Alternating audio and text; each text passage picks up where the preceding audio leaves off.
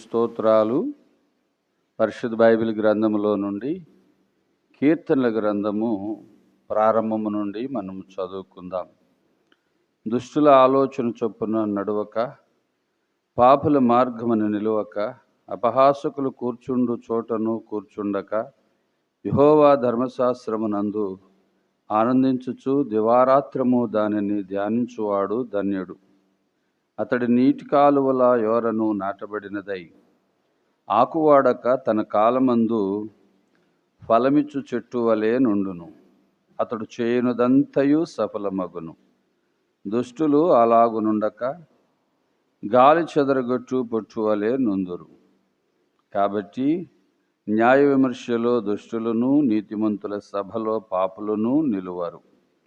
నీతిమంతుల మార్గము యెహోవాకు తెలియను, దుష్టుల మార్గము నాశనమునకు నడుపును. కీర్తనలు 2వ అధ్యాయాన్ని. అన్యజనులు ఎలా గల్లంతు చేయుచున్నారు, జనములు ఎలా వ్యర్థమైన దానిని తలంచుచున్నవి.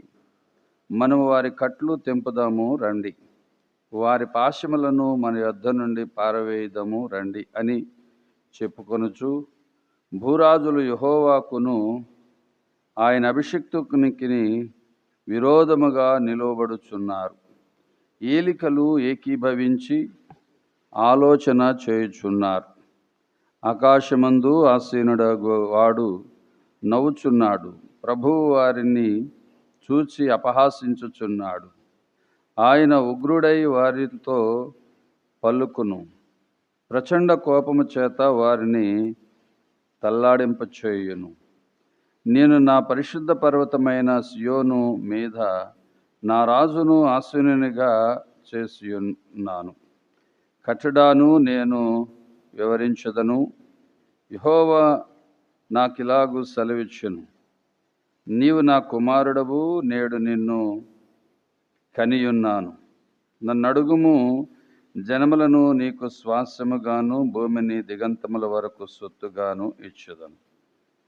ఇనుపదండముతో నీవు వారిని నలుగుగొట్టుదు. కొండను పగలగొట్టినట్టు వారిని ముక్కచెక్కలుగా పగలగొట్టెదవు. కాబట్టి రాజులారా వివేకులయుండుడి, భూపతులారా బాధనందుడి.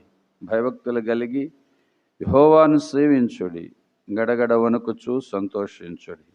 ఆయన కోపము త్వరగా రవులుకొనును. కుమారుని ముద్దు పెట్టుకొనుడి, లేని ఎడల ఆయన కోపించును. అప్పుడు మీరు త్రోవ తప్పి నశించెదరు.